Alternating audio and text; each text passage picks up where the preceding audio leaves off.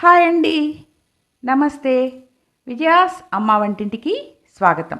ఈరోజు మనము యాపిల్ తోటి పికిల్ చేసుకుందామండి. ఇది చపాతీలోకి వేడన్నంలోకి చాలా చాలా బాగుంటుందండి. వీడియోలో చూపిస్తున్నాం కదా, ఇలాంటి యాపిల్ కనుకైతే పుల్ల పుల్లగా తీయగా ఉంటుందండి. ముందుగా యాపిల్ని శుభ్రంగా కడుక్కొని తోలంతా పీల్ చేసి మీకు కావలసిన సైజులో ముక్కలుగా కట్ చేసుకొని ఉంచుకోండి. ఈ ముక్కల్ని పికిల్ కలుపుకునేడానికి వీలుగా ఉండేటట్టు వెడల్పాటి బౌల్లో వేసుకోండి. దీని లోపల నేను ఒక యాపిల్ తీసుకున్నానండి. ఒక యాపిల్కి ప్లెయిన్ వెనిగర్ 1 స్పూన్ కానీ, లేకపోతే నిమ్మకాయలో హాఫ్ చెక్కు అంటే ఒక హాఫ్ లెమన్ నిమ్మరసం కానీ పిండుకొని దీంట్లో రుచికి సరిపడినంత ఉప్పును వేసుకొని ఉప్పు నిమ్మరసం బాగా కలిసేటట్టుగా అంటే ముక్కలకు బాగా పట్టేటట్టుగా కలిపి పక్కన ఉంచుకోండి. ఈ లోపల ముక్కలకి ఉప్పు నిమ్మరసం పడుతుందండి. ఇప్పుడు మనము దీని లోపల తాలింపు కోసము రెడీ చేసుకుందాం. ముందుగా పొయ్యి వెలిగించి బాణలు పెట్టుకొని 1 టేబుల్ స్పూను ఆయిల్ని వేసుకోండి.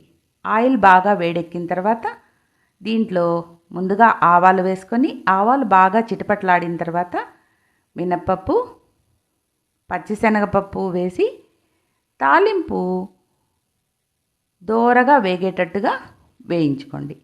తాలింపు గింజలు మీ ఇష్టం అండి. మీకు పంటి కింద బాగా కరకరలాడతాయి అనుకుంటే ఎక్కువగా కూడా వేసుకోవచ్చు. తాలింపు బాగా వేగిన తర్వాత పొయ్యిని సిమ్లో పెట్టుకొని దీంట్లో కొద్దిగా ఇంగువ, 1 చిటికెడు పసుపు,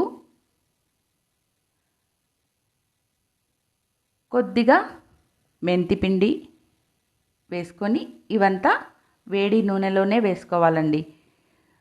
దీంట్లో 1 table spoon red chilli powder, కారం కూడా వేసుకొని నూనెలో కొద్దిగా వేగనివ్వండి.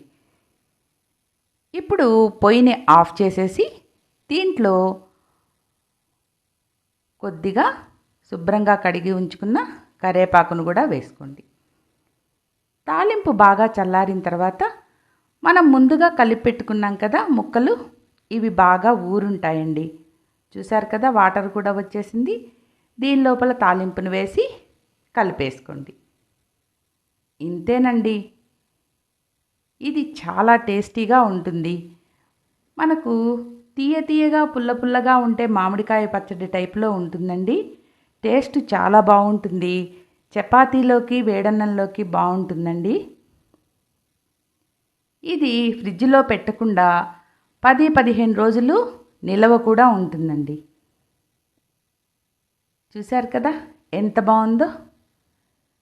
మీకు ఈ వీడియో నచ్చిందా? నచ్చితే ఒక లైక్ ఇచ్చేసేయండి. ఇంకా నచ్చితే షేర్ చేయండి. ఇప్పటి వరకు నా ఛానల్ని కనుక సబ్స్క్రైబ్ చేసుకోకపోతే సబ్స్క్రైబ్ చేసుకోండి ఫ్రెండ్స్. ఇప్పటి వరకు నా వీడియోని చూసినందుకు చాలా చాలా థ్యాంక్స్ అండి. మీరు కూడా ఈ పచ్చడిని తయారు చేసి చూసుకుంటారు కదా. మీరు తయారు చేసి చూసుకొని మీకు ఎలా వచ్చిందో కామెంట్స్ రూపంలో తెలియచేయండి. Thank you friends.